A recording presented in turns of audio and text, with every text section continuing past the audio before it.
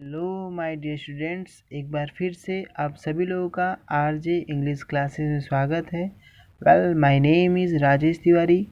पिछले क्लासेस में हम लोगों ने पढ़ा था कि किस तरीके से प्रेजेंट इंडेफिनिट टेंस का पैसिव वॉइस बनाते हैं। आज के इस क्लास में हम आप लोगों को पढ़ाएंगे कि किस तरीके से प्रेजेंट कॉन्टिन्यूअस टेंस का पैसिव वॉइस बनता है। ठीक है, तो टॉपिक को स्टार्ट करने से पहले हम आप सभी लोगों को एक एडवाइस देना चाहते हैं कि बेटा ये जो भी चीज़ें हम आप लोगों को पढ़ा रहे हैं, इन सभी चीज़ों को एक नोटबुक पे नोट करते चलिए ताकि इन फ्यूचर में भी आपको काम दे सके। तो आइए टॉपिक को स्टार्ट करते हैं। बेटा हमारा दूसरा टेंस है प्रेजेंट कॉन्टिन्यूअस टेंस।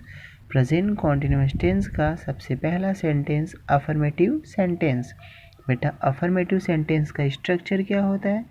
सबसे पहले सब्जेक्ट होता है, सब्जेक्ट के बाद इज़ एम आर लिखते हैं। बेटा ये इज़ एम आर होता है क्या है? इज़ एम आर इस प्रेजेंट कॉन्टिन्यूअस टेंस का हेल्पिंग वर्ब होता है।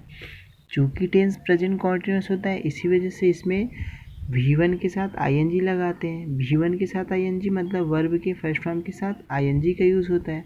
फिर उसके बाद ऑब्जेक्ट का यूज़ करते हैं, फिर अदर वर्ड लगाते हैं। इसमें ing क्यों लगता है? क्योंकि बेटा ये कॉन्टिन्यूअस टेंस होता है, इसमें हमेशा कोई भी काम कंटिन्यूअसली होता रहता है। ठीक है बेटा, अगर हमारा एक्टिव वॉइस का सेंटेंस प्रेजेंट कॉन्टिन्यूअस का हो, जब हम पैसिव वॉइस बनाएंगे तो उसका पैटर्न किस तरीके से होना चाहिए, आइए देखते हैं। सबसे पहले पी एस लिखेंगे। पी एस का मतलब होता है पैसिव वॉइस का सब्जेक्ट। पैसिव वॉइस का सब्जेक्ट क्या होता है बेटा? जो एक्टिव वॉइस का ऑब्जेक्ट होता है वो पैसिव वॉइस का सब्जेक्ट होता है। फिर इज़ एम आर, इन तीनों में से कोई एक यूज़ करेंगे। बेटा ये इज़ एम आर होता है क्या है? Is am are. अब आप कहोगे sir is am are present continuous के अफर्मेटिव सेंटेंस के स्ट्रक्चर में भी है और पैसिव वॉइस में भी होगा। हाँ जी, हमने बताया था आपको कि प्रेजेंट कॉन्टिन्यूअस का पैसिव वॉइस प्रेजेंट कॉन्टिन्यूअस में ही बनाते हैं बेटा, लेकिन उसमें बीइंग लगाते हैं। अब आप कहोगे सर बीइंग का यूज़ क्यों होता है? बेटा सुनिए, क्यों बीइंग का यूज़ होता है? क्योंकि ये जो इज़ एम आर होते हैं इन सबको क्या कहते हैं? बी का फॉर्म बोलते हैं। इस वजह से बी के बेस फॉर्म में ing लगाते हैं। ing क्यों लगाते हैं? क्योंकि कॉन्टिन्यूअस है, इस वजह से बीइंग लगता है। फिर पैसिव वॉइस बनाते हैं बेटा, इस वजह से पैसिव वॉइस में हमेशा मेन वर्ब का थर्ड फॉर्म यूज़ करते हैं। मेन वर्ब के थर्ड फॉर्म के बाद प्रीपोजिशन बाई का यूज़ होगा। फिर पी का मतलब होता है पैसिव वॉइस का ऑब्जेक्ट। पैसिव वॉइस का ऑब्जेक्ट मतलब जो एक्टिव वॉइस का सब्जेक्ट होगा वो पैसिव वॉइस का ऑब्जेक्ट हो जाएगा। आइए इसी सेंटेंस के कुछ एग्जांपल्स को देखते हैं। हमारा सबसे पहला एग्जांपल है सी इज़ टेकिंग लंच। ठीक है बेटा, सी एक सब्जेक्ट है, इज़ एक हेल्पिंग वर्ब है, टेकिंग एक मेन वर्ब है, लंच एक ऑब्जेक्ट है। तो आपको पता है कि जो ऑब्जेक्ट होता है वो हमारा पैसिव वॉइस का सब्जेक्ट होता है। अगर पैसिव वॉइस का सब्जेक्ट होता है तो सबसे पहले क्या आएगा? लंच। लंच के अकॉर्डिंग हेल्पिंग वर्ब लिखेंगे तो इज होगा। ठीक है, लंच इज़। ये मत सोचिए कि सी के साथ इज़ लगा तो यहाँ भी इज़ है तो नीचे भी इज़ रहेगा, ऐसा नहीं है। जो ऑब्जेक्ट होता है उसके अकॉर्डिंग हम पैसिव वॉइस का सब्जेक्ट लिखते हैं। ठीक है, क्योंकि हमारा पैसिव वॉइस का सब्जेक्ट हो जाता है ना। तो बेटा लंच के अकॉर्डिंग हेल्पिंग वर्ब क्या आएगा? इज आएगा। Lunch is. उसके बाद बीइंग का यूज़ करेंगे। बीइंग का यूज़ क्यों कर रहे हैं? अभी अभी हमने आपको बताया कि पैसिव वॉइस के सब्जेक्ट के बाद इज एम आर यूज़ करेंगे, इज एम आर के बाद बीइंग लगाना है। ठीक है, तो लंच इज़ बीइंग, इसका थर्ड फॉर्म लिखेंगे। इसका थर्ड फॉर्म होता है taken. Lunch is being taken. Main verb के थर्ड फॉर्म के बाद क्या लगाना है? बाय लगाना है। ठीक है, तो हम बाय लगाएंगे। फिर सी का महादेव नहीं, सी का हर, अर्थात lunch is being taken bye हर। दूसरा एग्जाम्पल देखते हैं, आई एम टेकिंग टी। आई एक सब्जेक्ट है, एम एक हेल्पिंग वर्ब है, टेकिंग एक मेन वर्ब है, टी एक ऑब्जेक्ट है। तो बेटा जो हमारा ऑब्जेक्ट होता है वो पैसिव वॉइस का सब्जेक्ट हो जाता है। तो सबसे पहले लिखेंगे टी। टी के अकॉर्डिंग हेल्पिंग वर्ब क्या आएगा? इज आएगा। ठीक है, देखो यहाँ पे आई के साथ एम था लेकिन टी के साथ तो इज लगता है, एम तो लगता नहीं ना, तो इस वजह से टी के साथ इज। टी इज, उसके बाद क्या लगाना है? बीइंग। T is being. इसका थर्ड फॉर्म लिखेंगे टेकन। बेटा इसका टेक का थर्ड फॉर्म टेकन होता है, तो टेक का सेकेंड फॉर्म क्या होता है? ठीक है, तो आप ज़रा कमेंट बॉक्स में कमेंट करके हमें बताइए कि टेक का सेकेंड फॉर्म क्या होता है। थर्ड फॉर्म तो हमने आपको बता दिया टेकन, तो आप सेकेंड फॉर्म बताइए जल्दी। तो T is being taken, main verb के थर्ड फॉर्म के बाद प्रीपोजिशन बाय लगाएंगे, बाय के बाद आई का me, tea is being taken by me. ठीक है, ये था अफर्मेटिव सेंटेंस। दूसरा सेंटेंस है बेटा हमारा निगेटिव सेंटेंस। नेगेटिव सेंटेंस का स्ट्रक्चर क्या होगा? सेम अफर्मेटिव सेंटेंस की तरह होगा बेटा, बस इसमें क्या होता है कि इज एम आर के बाद नॉट का यूज़ करते हैं। नॉट का यूज़ क्यों करते हैं? क्योंकि निगेटिव सेंटेंस से कॉमन सी बात है कि निगेटिव सेंटेंस है तो नहीं तो सेंस आएगा ही, इस वजह से नॉट लगाते हैं। बाकी सेम वैसे ही है ना। अगर स्ट्रक्चर में निगेटिव सेंटेंस है तो पैटर्न भी बेटा हमारा निगेटिव में ही होगा ना। हेल्पिंग वर्ब के बाद नॉट लगा तो पैसिव वॉइस में भी हेल्पिंग वर्ब के बाद नॉट होगा। सेम देख लीजिए स्ट्रक्चर, ठीक है। या तो स्क्रीनशॉट ले लीजिए आप ना, स्क्रीनशॉट लेने से ऐसे नोट करने में आपको आसानी होगी, ठीक है। आइए टॉपिक को स्टार्ट करते हैं। निगेटिव सेंटेंस स्ट्रक्चर है बेटा सब्जेक्ट, उसके बाद इज एम आर है, उसके बाद नॉट है, उसके बाद V1 प्लस ING है, उसके बाद ऑब्जेक्ट है, उसके बाद अदर वर्ड है। तो जो हमारा ऑब्जेक्ट होता है वो पैसिव वॉइस का सब्जेक्ट हो जाता है। हेल्पिंग वर्ब है तो हेल्पिंग वर्ब लिखेंगे, नॉट है तो नॉट लगाएंगे, उसके बाद बीइंग लगाएंगे। फिर वर्ब के फर्स्ट फॉर्म को हम वर्ब के थर्ड फॉर्म में चेंज कर देंगे, क्योंकि पैसिव वॉइस में वर्ब का थर्ड फॉर्म यूज़ होता है। मेन वर्ब के थर्ड फॉर्म के बाद प्रीपोजिशन बाई का यूज़ करेंगे, और बाई के बाद पीओ का मतलब होता है जो एक्टिव वॉइस का सब्जेक्ट होता है और पैसिव वॉइस का ऑब्जेक्ट हो जाता है। आइए इसी सेंटेंस के कुछ एग्जांपल्स को देखते हैं। हमारा एग्जांपल पहला है we are not helping you, ठीक है। We are not helping you, बेटा ये सब्जेक्ट है, ये हेल्पिंग वर्ब है, ये निगेटिव वर्ड है, ये मेन वर्ब है और ये ऑब्जेक्ट है। तो बेटा जो ऑब्जेक्ट होता है वो पैसिव वॉइस का सब्जेक्ट होता है। अगर ऐसा होता है तो सबसे पहले हम लिखेंगे यू। यू एक प्लूरल सब्जेक्ट होता है, तो यू के साथ हेल्पिंग वर्ब क्या होता है? आर। निगेटिव सेंटेंस है बेटा तो नॉट, यू आर नॉट। बेटा उसके बाद बीइंग लगाएंगे, क्यों? देखिए पैसिव वॉइस का सब्जेक्ट लिखना था, हमने लिखा। इन तीनों में से यूज़ करना था, इसके अकॉर्डिंग हमने यूज़ किया। नॉट लगाना है क्योंकि निगेटिव वर्ड है तो नॉट यूज़ किया। उसके बाद लगाना है बीइंग तो बीइंग।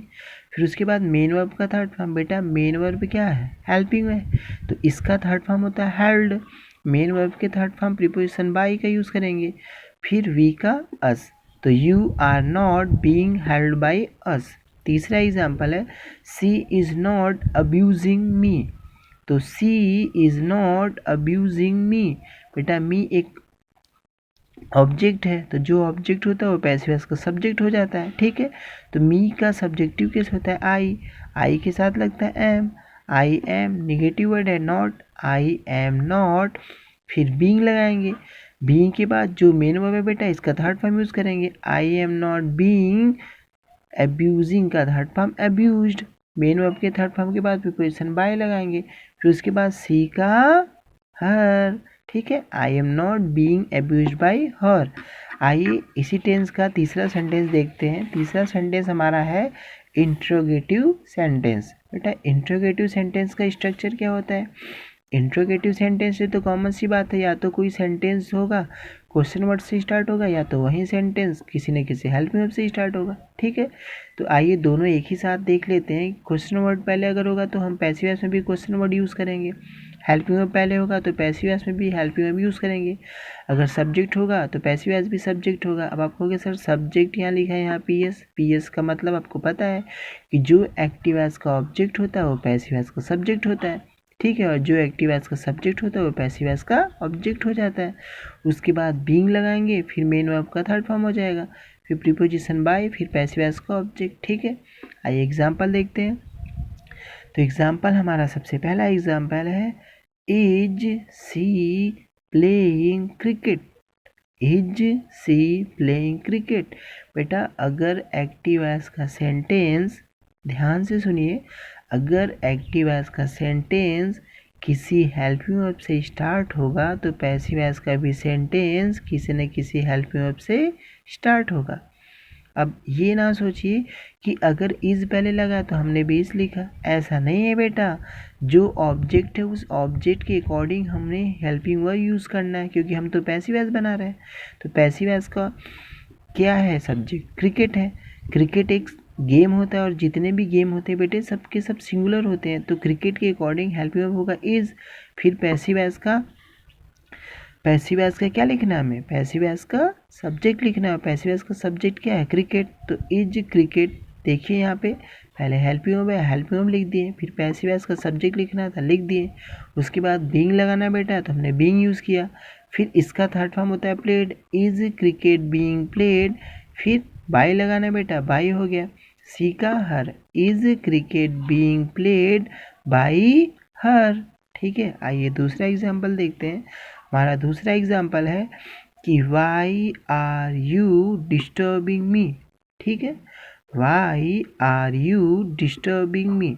अब देखिए बेटा, क्वेश्चन वर्ड है तो क्वेश्चन वर्ड रहेगा वाई का वाई। ठीक है, आपका एक छोटा सा होमवर्क है। होमवर्क क्या है कि हमने एक क्वेश्चन वर्ड लिखा है यहाँ पे वाई, आपको 5 हटके, ठीक है, आपको 5 इससे हटके क्वेश्चन वर्ड्स का नाम कमेंट बॉक्स में कमेंट करना है। हम चेक करके आपको बताएंगे कि आपने सही लिखा है या गलत। ठीक है, तो आइए एग्जांपल देखते हैं।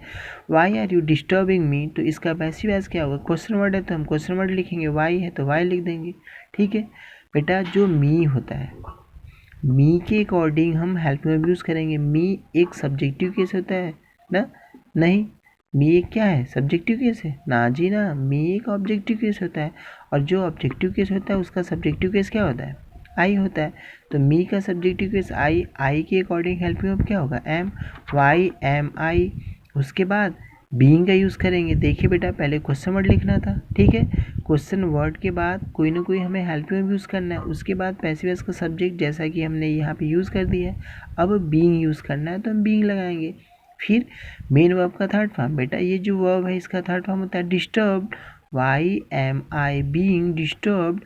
और मेन वर्ब के थर्ड फॉर्म के बाद बाई लगाएंगे तो बाई हो जाएगा। फिर यू का तो यू ही होता है, लास्ट में क्वेश्चन मार्क, तो why am I being disturbed by you. तीसरा एग्जाम्पल देखते हैं। आर द गेट्स, ठीक है, कई सारे गेट्स हैं, कई सारे मेहमान हैं, इस वजह से प्लूरल हेल्पिंग वर्ब है। Are the gates not taking coffee.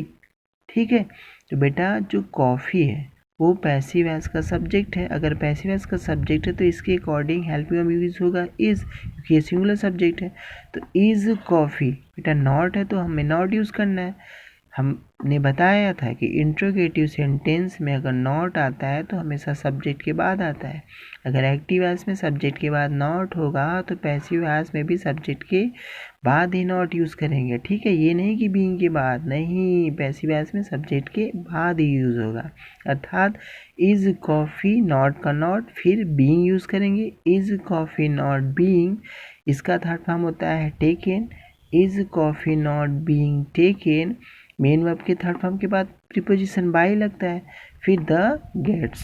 ठीक है, आइए चौथा एग्जाम्पल देखते हैं। हमारा चौथा एग्जाम्पल है why is your brother not eating chocolates. Why is your brother not eating chocolates. बेटा योर ब्रदर एक सब्जेक्ट है और चॉकलेट्स एक ऑब्जेक्ट है, तो जो ऑब्जेक्ट होता है वो पैसिव वॉइस का सब्जेक्ट होता है। तो क्वेश्चन वर्ड है तो क्वेश्चन वर्ड होगा। बेटा ये जो हमारा पैसिव वॉइस का सब्जेक्ट है ये प्लूरल है। अगर प्लूरल होगा तो हमें प्लूरल हेल्पिंग वर्ब लाना होगा। तो प्लूरल हेल्पिंग वर्ब क्या होता है? आर होता है, तो वाई आर फिर चॉकलेट्स। नॉट है तो not, why are chocolates not. उसके बाद बीइंग लगाएंगे, why are chocolates not being. इसका थर्ड फॉर्म होता है बेटा eaten, why are chocolates not being eaten by your brother. ठीक है, why are chocolates not being eaten by your brother, question mark. आइए, आपने 2 टेंस पढ़ लिया, इस दूसरे टेंस का हमने सोचा चलिए 2 होमवर्क भी दे देते हैं। आपका होमवर्क क्या है? 2 छोटा सा होमवर्क है बेटा, आप कमेंट बॉक्स में जाके कमेंट कीजिए, हम चेक करके आपको बता देंगे कि आपने राइट किया है या रॉन्ग। सबसे पहला एग्जांपल है she is not earning money. She is not earning money, इसका हिंदी होता है वह पैसे नहीं कमा रही है। She is not earning money, वह पैसे नहीं कमा रही है। दूसरा है इंट्रोगेटिव का है, ये नेगेटिव है। ये इंट्रोगेटिव का है कि एम आई ड्रिंकिंग मिल्क। बस ये दोनों होमवर्क करके कमेंट बॉक्स में कर दीजिए। आज के लिए बस इतना ही, कल की क्लासेस में हम लोग स्पेशल रूल पढ़ेंगे। Thank you.